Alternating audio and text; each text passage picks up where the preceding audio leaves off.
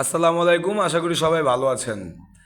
আজকে আপনাদের মাঝে আবারও একটি নতুন ভিডিও নিয়ে আসলাম। আপনারা স্ক্রিনে দেখতে পাচ্ছেন, এটি হলো কাঞ্চন ব্রিজ।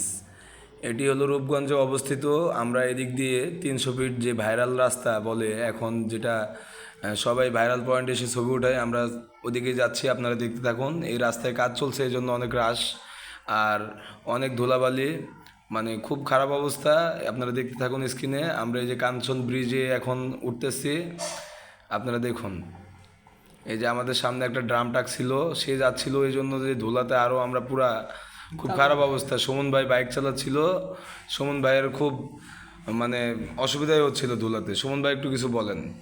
ধুলাতে মানে অনেক অসুবিধা, মানে ধুলাবালি খাইতেছে, একবার উপরে উঠটা ও সাইড দিতেছে না, পরে একটা দৌড় তারপরেও দিছি, সাইড দিচ্ছিল না। পরে সাইড দিয়ে দিছি। হ্যাঁ, এই যে আপনারা দেখতে পাচ্ছেন, এটা হলো কাঞ্চন ব্রিজ। আর এই নদীটার নাম হলো শীতলক্ষা নদী। আপনারা দেখতে পাচ্ছেন, এই যে নতুন আর একটা ব্রিজের কাজ চলছে। আল্লাহর রহমতে উন্নয়ন কাজ অনেকই চলছে। এই ব্রিজটার শেষ মাথায় হাতের ডান সাইডে আপনার হলো আপনার আপনার ওই যে বাণিজ্য মেলা হয়, যেটা নতুন বাণিজ্য মেলা হয়, এখানে হয়। ব্রিজটার অপোজিটে এই ব্রিজটাই যে দেখতে পাচ্ছেন আপনারা, ব্রিজটার ওই দিকেই আপনার বাণিজ্য মেলায়। আর এই যে ওই সাইডে দেখাচ্ছি আমি, ওই দিক দিয়ে একটা শ্মশান আছে। আমার জীবনের অনেকগুলো সময় আমি এখানে পার করেছি কাঞ্চনে। এখানে আমার রাজীব মামারা থাকতো। আমি বহুত আগে 2010-11 সালে রাজীব মামাদের সাথে এখানে এসে বেশ কিছুদিন আমি কাজ করেছি। কষ্টের কাজই করেছি, যাক আলহামদুলিল্লাহ এখন অনেক ভালো আছি আপনাদের দোয়াই।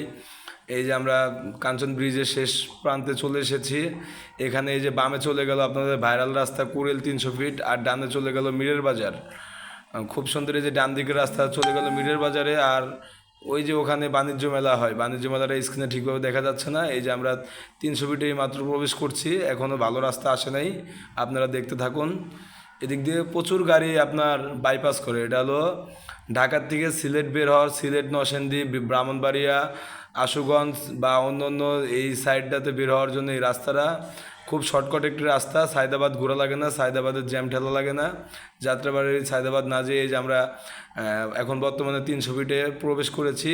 300 ফিটে প্রবেশ করলে আসলে আমাদের মন মানসিকতা সব সুন্দর হয়ে যায়।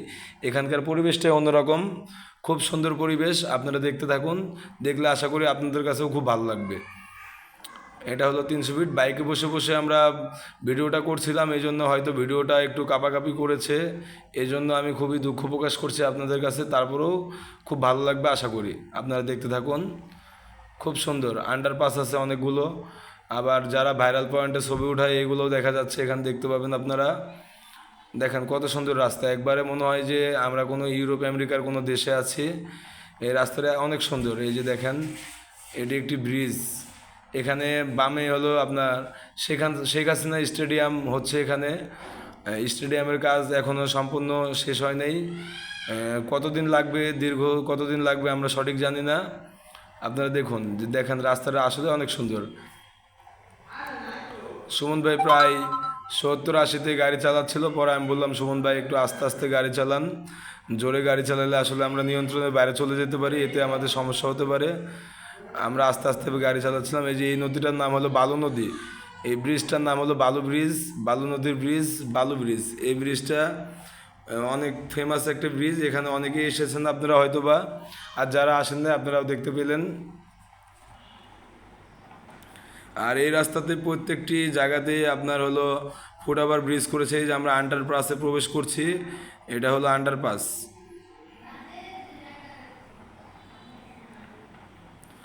অনেক সুন্দর, উপর দিয়েও গাড়ি যাবে, নিচ দিয়েও গাড়ি যাবে, অনেক সুন্দর একটি অবস্থা।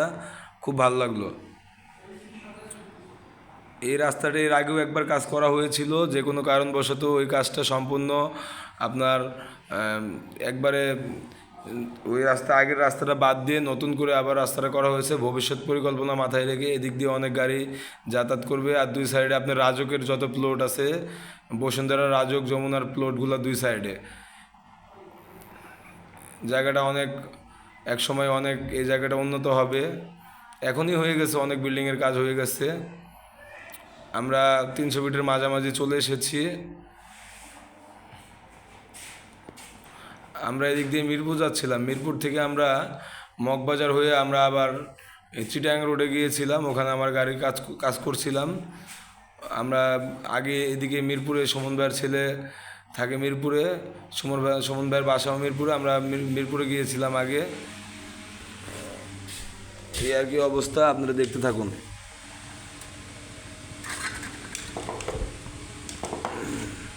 এই যে আমরা আর একটা আন্ডারপাসে প্রবেশ করলাম, প্রায় এখানে 4-5টা আন্ডারপাস আছে।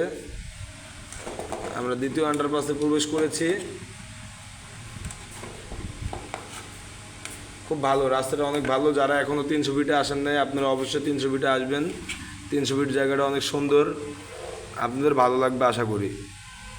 ভিডিওটা একটু দীর্ঘ করলাম, আসলে দীর্ঘ না করলে আমরা এত সুন্দর পরিবেশ দেখতে পারতাম না।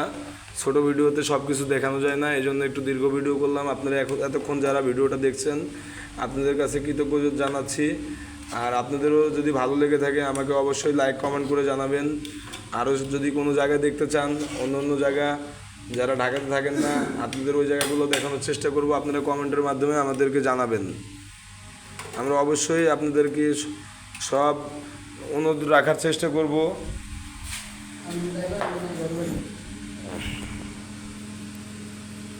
আপনারা দেখতে থাকুন। এই যে তৃতীয় আন্ডারপাসে আমরা প্রবেশ করেছি। এখান থেকে সামনে গেলে বসুন্ধরা রেসিডেন্সিয়াল এরিয়া, আর সামনে হলো বসুন্ধরার মালিকের বাড়ি, বসুন্ধরা গ্রুপের যে চেয়ারম্যানের বাড়ি। আর একটু সামনে হাতের বামে কুড়িলের শেষ মাথায়।